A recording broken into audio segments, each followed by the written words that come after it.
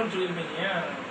கவிதைகளை பற்றிய வரையறைகளை பற்றி பேசும்பொழுது எதிர்மறைகளற்ற பிரபஞ்ச உரிமை கவிதையின் முதன்மைப்பட்டதுன்னு ஒரு வார்த்தை சொல்லியிருக்கீங்க. அது ஒரு நல்ல ஒரு தாக்கத்தை ஏற்படுத்தி எதிர்மறைகளற்ற பிரபஞ்சத்தை பார்க்கணுங்கிற ஒரு முயற்சியில ஓடிக்கிட்டு இருக்கிறாரு நாடு. அப்ப இந்த வரி புரிஞ்சிச்சு. ஆனா நீங்க அதோட எதிர்மறைகளற்ற பிரபஞ்ச உரிமை என்பது மூலமா இதோட பெருசா ஏதோ சொல்றீங்கன்னு எனக்கு தோணுது. அதை கொஞ்சம் விளங்கலாம். நம்ம நிறைய எதிர்மறைகள் வச்சிருக்கோம். எதிர்மறைகள் இருக்கிறதாக தான் நம்ம நம்புறோம். இப்போ தீங்கிறது ஒரு மாதிரி, தண்ணிங்கிறது இன்னொரு மாதிரி, இன்பங்கிறது ஒரு மாதிரி, துன்பங்கிறது ஒரு மாதிரி, வாழ்க்கைங்கிறது மாதிரி, சாவுங்கிறது இன்னொரு மாதிரி. ஆனா ரொம்ப இந்த எதிர்மறைகளை இப்போ தண்டவாளங்கள் சந்திக்காதுங்கிறது மாதிரி நினைச்சிட்டு கூட எங்கேயாவது போய் சந்திக்கிறது மாதிரி ஒரு தோற்றம் நமக்கு தெரியும். தண்டவாளமே சந்திக்கிறது தான், சந்திச்சா அர்த்தமே இல்லை இருக்கிறது. அப்போ அது எதிர்மறைகள் இருக்கத்தான் செய்யும்னு பார்க்கணும். தானான்னு சந்தேகம், காலம்ங்கிறது காலம்தானாங்கிற சந்தேகம். இந்த டைம் அண்ட் ஸ்பேஸ் தான் ரொம்ப அடிப்படையான நம்ம சிந்தனை ரொம்ப குறைஞ்சிட்டு இருக்கு. காலம்னு சொல்றோம், நேற்று இன்னைக்கு நாளைக்குன்னு வச்சுக்கிறோம். இடம்னு சொல்றோம், தெற்கு வடக்கு கிழக்கு மேற்குன்னு வச்சுக்கிறோம். இந்த வச்சிருக்கிறதெல்லாம் யாரு? அது இயல்பா இருந்துச்சா? நாம வச்சுக்கிறோம். உருவாக்கம் கேலண்டரை பிரிண்ட் பண்றது மாதிரி தெற்கு வடக்க நாம மனசுக்குள்ள பிரிண்ட் பண்ணிக்கிறோம். அவ்வளவுதான், அதுக்கு மேல வேற ஒண்ணுமே கிடையாது. ஸ்பேஸுக்கு இன்னைக்கு நம்ம போயிட்டோம்னு சொன்னா தெற்கே ஏது வடக்கே ஏது, கீழே இருந்துதான் நம்ம ராக்கெட்ல மேல போறோம். மேல போய் இந்த ஸ்பேஸ் கூட நுழைஞ்சதுக்கு அப்புறம் பூமியை கீழே குடிஞ்சு பார்க்க முடியாது, அங்கதான் பார்க்கணும். அப்படின்னா மேலதான் வானத்துல இருந்து இல்லடா நம்ம கீழே இருந்து வந்தோம், இப்ப மேல தெரியுது அப்படின்னு சொன்னா அது மேல் கீழ்ங்கிறது தப்பு, கிழக்கு வடக்குங்கிறது தப்பு, நேற்று இன்றுங்கிறது தப்பு. இப்போ அந்த பிரபஞ்சம் ஒருமைங்கிறது, பிரபஞ்ச ஒருமை ஒண்ணுமே எதுவுமே வேற வேற அல்ல. அப்ப இந்த பிரபஞ்ச ஒருமையை தெரிந்து கொண்டவனுக்கு இன்பத்தையும் துன்பத்தையும் ஒன்னாகவே பாதிக்கிற ஒரு மனோபாவம். பிலாசபர்ஸ் இத வச்சிருக்காங்க. நம்ம உபனிஷத்துகள்ல இது சொல்லியிருக்காங்க. அதை பின்பற்றித்தான் பாரதி தீ இனிதுன்னு எழுதுறாரு. சாகிறது இனிது, வாழ்தல் இனிது, சாதலும் இனிது, சாப்பிடுவது இனிது, சாப்பிடப்படுவதும் இனிதுன்னா. சாப்பிடுறது இனிதுன்னா ரைட், நல்லது, சாப்பிடலாம். வித்தியாசப்படுத்தி அது ஒரு சிம்பிளிட்டி. இளமை பருவங்கிறது 5 வயசையும் எடுத்துக்கலாம், 30 வயசையும் கூட எடுத்துக்கலாம். நான் பிள்ளை பருவங்கிறது பிள்ளை பருவம் தான். அதுக்கு எதுவும் வயது 15 வயசு இல்லதான், அதை சொல்றதுக்காக. இளமை பருவம்னா ஒரு 70 வயசுல இருக்கக்கூடிய ஒருத்தர் இந்த இளமையில நான் இப்படி பண்ணேன்னு சொன்னா 35 வயசாகவும் இருக்கலாம். அதுக்கு முந்தைய காலம் எதுவாகவும் இருக்கலாம். அவருக்கு இளமை 35 வயசு தான். ஆனா இந்த பிள்ளை பருவத்துல, இந்த குழந்தை பருவத்துலன்னு சொன்னா அது மாற்றமே இல்லை. சரிங்க. அதே மாதிரி இந்த சொன்ன நல்ல எழுத்துக்கள், கருத்துக்கள், இலக்கியங்கள் ஒரு சிலவற்றை படிக்கும் பொழுது ஒரு பரவச நிலை ஏற்படுவது. அது மாதிரி உங்களுக்கு அப்படி ஒரு பரவச நிலையை ஏற்படுத்திய எழுத்துக்கள், எழுத்தாளர்கள், படைப்புகள் நிறைய ஒரு சில உதாரணங்கள். நான் படிப்பு ரொம்ப அதிகம்னு நான் சொல்ல மாட்டேன். படிப்பு ரொம்ப குறைவுதான். எனக்கு அந்த மாதிரி நிலைய ஆரம்ப காலத்துல உண்டாக்குனவங்க இந்த ராசாராம். அவருடைய புத்தகத்தை நான் படிச்சேன். நான் படிச்சேன். கலைஞர் வெளியிட்டு இதுல என்னுடைய ஒரு டீப்பா நான் அவரை பற்றி எழுதின முன்னோர்கள். மௌனின்னு ஒரு எழுத்தாளர், மௌனி. இந்த 2 பேரும் ப்ரோஸ் ரைட்டர்ஸ்.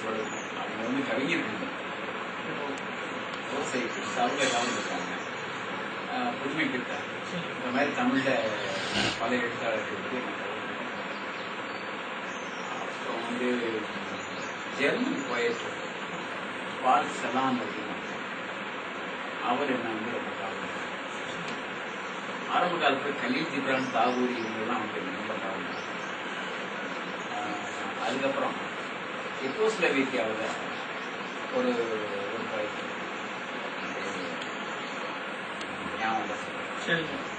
அவங்க இப்படி அப்போ அப்பப்போ படிக்கிறேன். சில பேருடைய பேர்கள் நான் மறந்து போயிருக்கேன். ஏன்னா பெயர்கள் அந்த அப்ப ஏற்பட்ட உணர்வுகள் மனசுக்குள்ள அப்படியே ஆகிட்டு செரிச்சு போகுது. அது போதுமானது. நம்ம அந்த வரிகளை சொல்ல முடியுதுனாலும் அதை எழுதினவங்களை சொல்ல முடியுதுனாலும் இப்போ டாஸ்டாவஸ்கியுடைய அவருடைய நாவல்கள் சிறுகதைகள் என்ன ரொம்ப கவர்ந்து. நிறைய ரஷ்யன் ரைட்டர்ஸ் அவங்களுடைய எழுத்துக்கள் ரொம்ப அது அதாவது பரவசமயம்ங்கிறது கொஞ்சம் அதிகம், ரொம்ப பெரிய வார்த்தை. ஏன்னா இப்போ குறிப்பிட்ட நிறைய நம்ம வர்ற வரைக்கும் அப்பப்போ நமக்கு பரவசங்கள் இருக்கலாம்.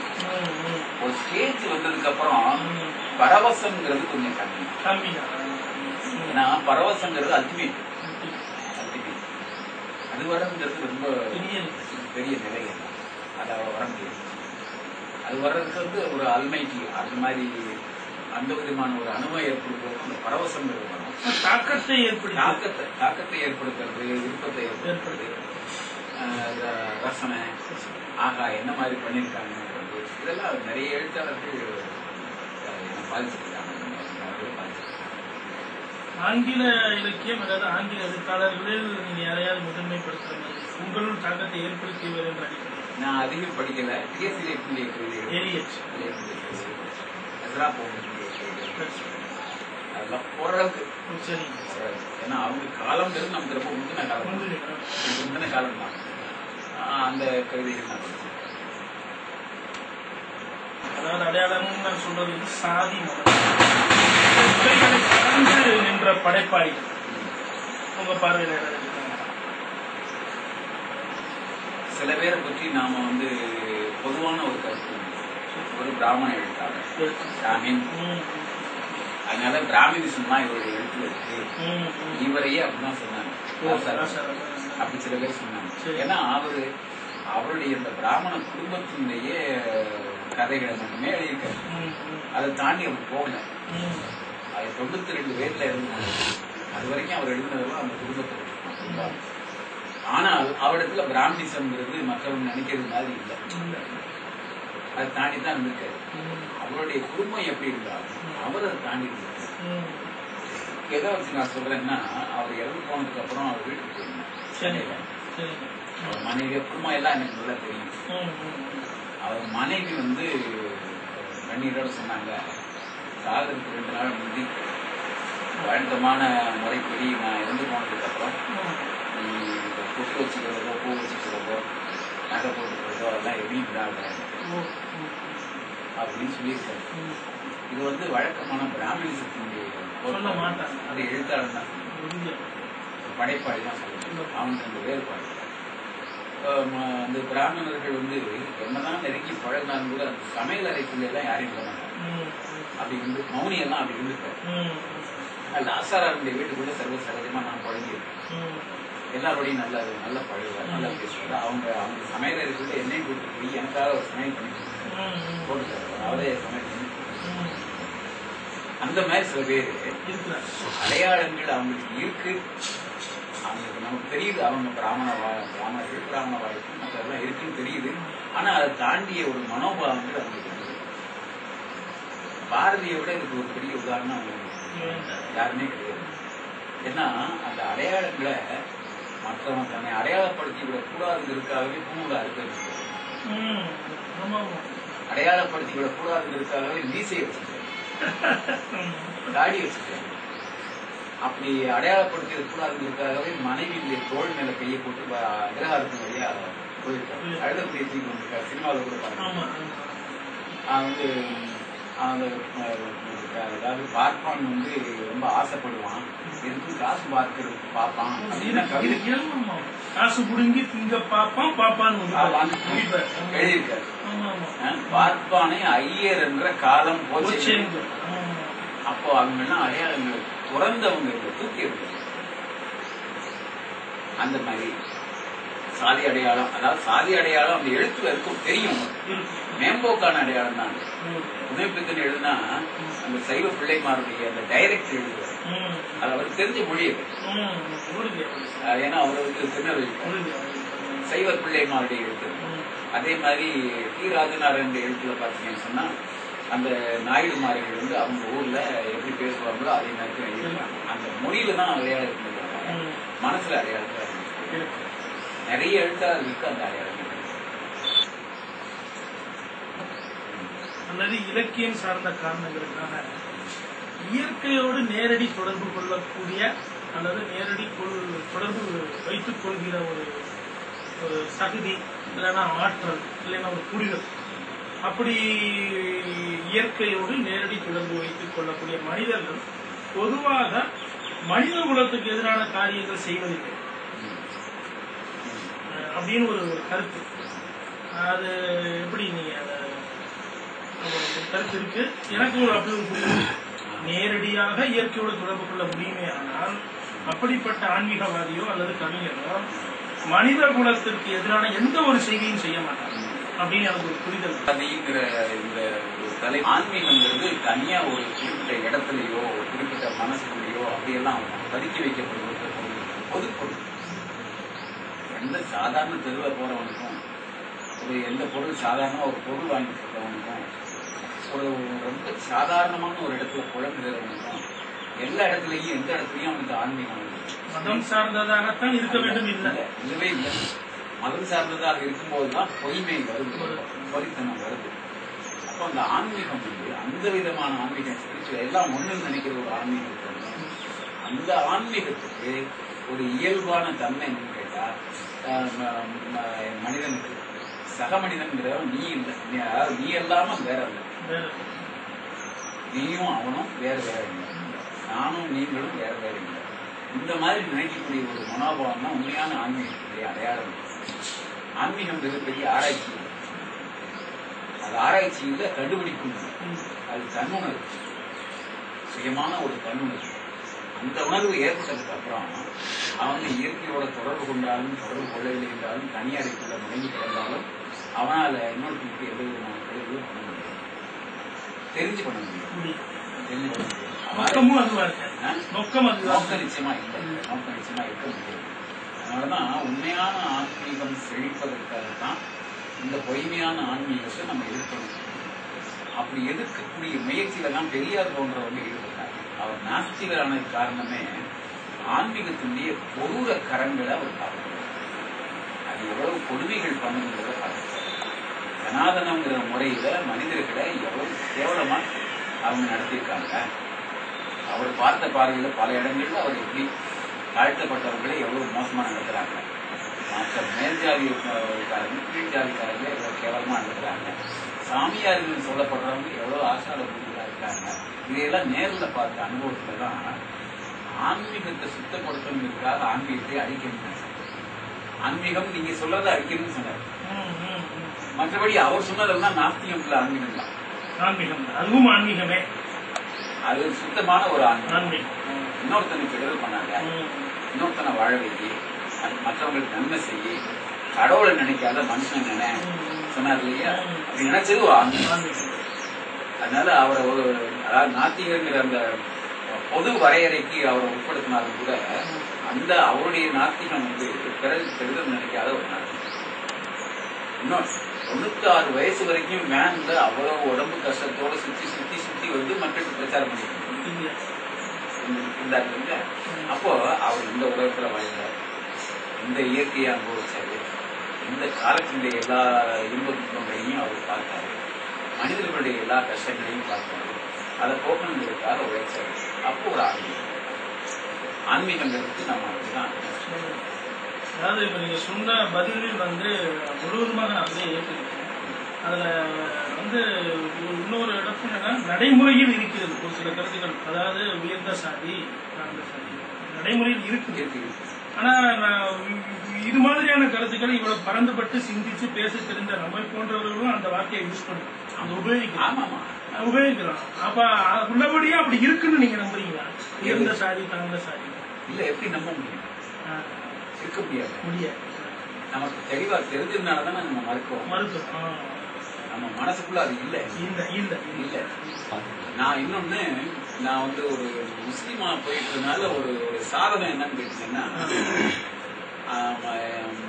இஸ்லாத்தினுடைய அடிப்படையே மனிதனுக்குள்ள வேறுபாடு கிடையாது. அது சின்ன வயசுல இருந்து இந்த ரத்தத்துல அப்படியே ஊறி இயல்பா படிஞ்சிருக்கு. இன்னொருத்தர் சொல்லி கொடுக்காம தானா வந்து இல்லையா? முதல்ல வந்து அந்த அரேபியாவில் நம்ம இஸ்லாம் தோன்றிய காலத்துல வந்து அடிமைகளாக விற்கப்பட்டு வாங்கப்பட்டவங்க வந்து எல்லாம் பக்கத்து அரபு நாடுகளுக்கு பக்கத்துல அந்த நாடுகள். இவன் நல்ல வெள்ளவெளியேன்னு இருக்கான், அவன் நல்ல பயங்கரமான கருப்பா இருக்கான், அவன் உழைப்பாளியாக இருக்கான், அவனை அடிமையாக கொடுத்து வாங்கியிருக்காங்க. நபிகள் நாயகன் செஞ்ச சீர்திருத்தங்கள்ல ஒரு மகத்தான சீர்திருத்தம் அந்த அடிமைங்கிறத ஒழிக்கணும். ஆனா சட்டுன்னு உடனே சொல்லிட முடியாது, உடனே சட்டம் போட்டு செஞ்சிட முடியாது. அதுக்காக ஒரு நிதானமா என்ன பண்ணாருன்னா, யாராவது தப்பு பண்ணாங்கன்னு சொன்னா அது என்ன தண்டனை, உடைய அடிமைகள் 2 பேர் விடுதலை அடிமைகளை விடுதலை. அப்புறம் கல்வியின்மை இருக்கு இல்லையா, அது ஒருத்தனை அடிமை ஆக்கிறது, அதை ஒருத்தனை கேவலம் ஆக்கிறது, தாழ்ந்த சாதி ஆக்கிறது அவனை. அப்ப அதுக்கு அதை நம்ம ஒரு தப்பு செஞ்சியா 10 பேர் படிப்பு இதாங்க இந்த மாதிரி தானே. அப்போ அந்த மனிதர்களுக்குள்ள, அதாவது முதல் முறையாக ஒரு பள்ளிவாசலை கட்டி முடிச்ச உடனே அதை தொழுகைக்கு அழைக்கிறதுக்கு ஏற்பாடு பண்ணுவாங்க ஒருத்தர். அப்படி ஏற்பாடு பண்ணப்பட்ட ஒருத்தர் வந்து பிலால் அப்படின்னு ஒரு நீக்கிறோம். அப்ப இதெல்லாம் வந்து என்னன்னு கேட்டா, மனிதனை வந்து நிறத்தினாலேயோ வேற அடிப்படை வேறுபடுத்த அவன் என்ன விதமான தோற்றத்தில் இருந்தாலும் அவன்தான். அதாவது அது ஒரு இன வேறுபாடு தான். இந்திய ஜனாதனத்துல வந்து சாதி பிறப்புலயே இந்த சாதின்னு குத்தப்படுது. அவனுக்கு பிறந்தவன் எவனா இருந்தாலும் முதலியார் பிறந்தவன் முதலியார், பிள்ளைக்கு பிறந்தவன் பிள்ளை, இந்த மாதிரி சாதிங்கிறது ரொம்ப அடிப்படையா வேரூன்றி கிடையாது. இன்னைக்கு அதுக்கு வந்து சட்டபூர்வமா நம்ம வந்து அங்கீகாரம் கொடுத்து backward, forward, most backward, schedule cost எல்லாம் வச்சு அது வந்து உலக வாழ்க்கைக்கு வேற வழி இல்லை, அவங்க முன்னேற்றுவதற்காக பண்ணது. அது நிரந்தரமாயிடுது. ரெக்கார்டு தேவை. பிசி சர்டிபிகேட் இருக்கா, எம்பிசி சர்டிபிகேட் இருக்கா, அது காலத்துல கேட்டுதான் நாங்க அட்மிட் பண்றோம் வழி. ஆனா அதுல எந்த விதமான நியாயம் இல்லை. நீங்க சொல்றது சரி. இது ஒரு நிமிஷம் படைப்பாளிகள் பொது களத்தில், அதாவது கவிதையை வியாபாரம் செய்தோம் அல்லது கவிஞர் என்று சொல்லிக் கொண்டோம், பொதுவான மக்களிடையே அவர்களுடைய ஈடுபாட்டையும் ரசனையும் பயன்படுத்தி வளர்ந்து கொண்டவர்கள். அப்படிப்பட்டவர்கள் இன்றைக்கு சமகாலத்தில் இருக்கக்கூடிய அவங்க சமகாலத்தில் இருக்கின்ற சமூக பிரச்சனையிலிருந்து விலகி அவர்களை கவிஞர்கள் என்று மார்க்கெட்டிக் கொண்டு இந்த மக்களை பயன்படுத்தி வாழ்ந்து சொகுசாக இருப்பது அந்த போக்கு சரியா? சமூக பிரச்சனையில அவங்க தொடர்பு இல்லாம பங்கெடுக்காம விலகி இருப்பதாகும். கவிஞருக்கு அந்த பொறுப்பு இல்லையா அப்படிங்கிறது ஒரு கேள்வி. நல்ல கேள்வி. சமூக பிரச்சனையில பங்கு கொள்வது இது வந்து எந்த அளவுக்கு அவங்களுடைய கெப்பாசிட்டி, என்ன கெப்பாசிட்டி, அந்த அளவுக்கு அவங்க பங்கு கொள்ளணும், அது சந்தேகமே இல்லை. சில படைப்பாளிகள் வந்து நேரடியாக இயக்கங்களோட சம்பந்தப்பட்டாங்க. இப்ப எனக்கு பெரிய இன்குலா அப்படின்னு ஒருத்தர், அவர் இயக்கங்களே சம்பந்தப்பட்டார். பெரிய மார்க்ஸ்னு ஒருத்தர், அவர் வந்து நேரடியாக அந்த ஸ்பாட்டுக்கு போவாரு, சம்மந்தப்படுவாரு, அதை அபிஷியல்ஸ் பார்ப்பாரு, பேசுவாரு, போராடுவாரு. நான் ஆசிரியர் இயக்கத்தில் இருக்கும்போது போராடி 3-4 முறை ஜெயிலுக்கு போயிருக்கேன். ஜெயில் வாழ்க்கையில கூட அனுபவிச்சிருக்கேன். நியாயத்துக்கு எதிராக நம்ம வந்து பொருள் கொடுக்கணும் அப்படிங்கிறது. அவரவர் அளவுல நல்ல படைப்பாளிகள் ஏதோ ஒரு வகையில சமூக தொண்டு செய்யத்தான் செய்யறாங்க. அப்படியே நேரடியாக தொண்டு செய்யலாம். எழுதுற எழுத்து சமூக தொண்டு தான். எழுதுற எழுத்து நியாயமானதா இருக்கு, அதுவே ஒரு சமூக தொண்டு தான். என்னன்னா நம்ம என்ன செய்ய, இன்னொருத்தருக்கு நம்முடைய கையினால ஒரு நன்மை செய்யலாம் அல்லது வார்த்தைகளால் நன்மை செய்யலாம். ஒன்னும் செய்ய முடியாத பட்சத்துல எதிரிகளா சூழ்ந்திருக்காங்க, ஒரு தீமையை தடுக்கணும். அப்போ மனசுலயாவது அதுக்கு எதிராக நினைச்சா போகுது. நபிகள் நாயகம் நினைத்தால் போகுது. நான் படிச்சிருக்கேன், இப்ப கூட படிச்சிருக்கேன். மனசு ஒண்ணுமே செய்ய முடியும். என்ன செய்ய முடியும்? ஒரு அடியார் இருந்தாரு, சிவனடியார். சிவ வழிபாட்டுக்கு எதிரானவங்கெல்லாம் சுற்றி இருந்தாங்க. சிவலிங்கத்தின் மேல இவர் வந்து பூச்சொரிந்து வணங்கணும்னு நினைக்கிறார். ஆனா அதை விட மாட்டாங்க.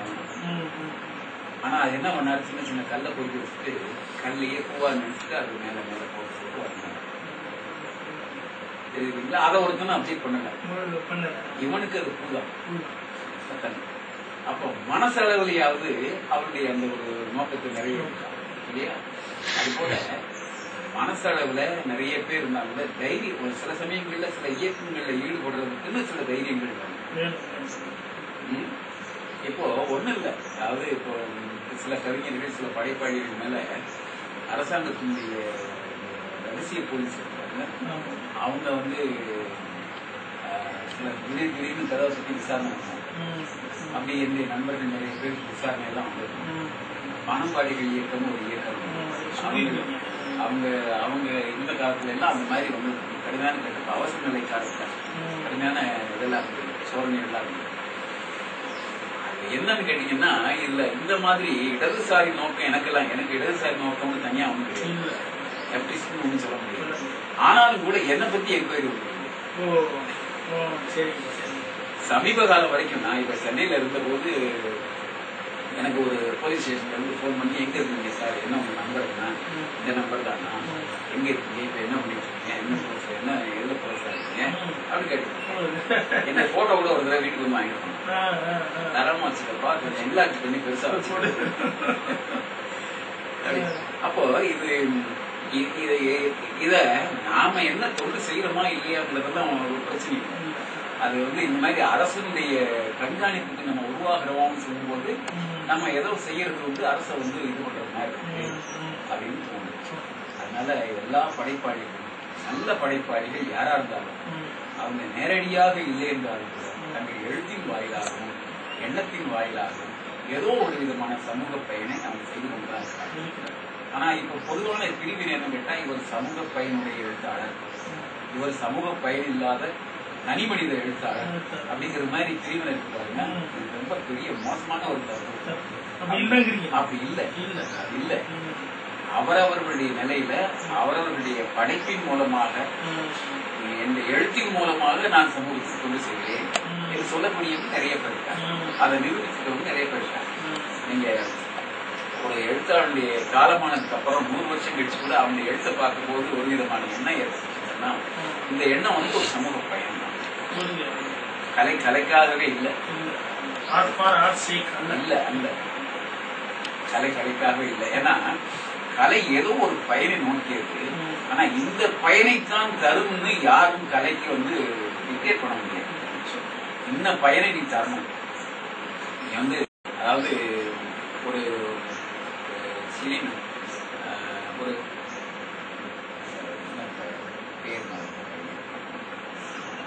அவர் சொன்னார், தெருவில் இறந்து ஏதாவது ஒரு கலகத்துல கலந்து தெருவில் இடங்கள எப்பெல்லாம் கலகம் நடந்துட்டு தான் இருக்கு. எல்லாத்துக்கும் கலகம் நடக்குது. போக்குவரத்து மாதிரிலாம் வேற கலகம் பண்றாங்க, ஏதாவது ஒரு கலகம். ஏன்னா எங்கேயுமே நீதி நியாயங்கிறது அடிப்படை போயிருக்கு, கலகம் நடந்துட்டு இருக்கு. தெருவில் இறந்து ஏதாவது ஒரு கலகத்துல கலந்துடும். இப்படி நேரடியாகவே சமூக பிரச்சனைகளுக்குள்ள நுழைந்தவர்கள், நுழைய தூண்டியவர்கள் நிறைய எழுத்தாளர்கள் இருக்காங்க.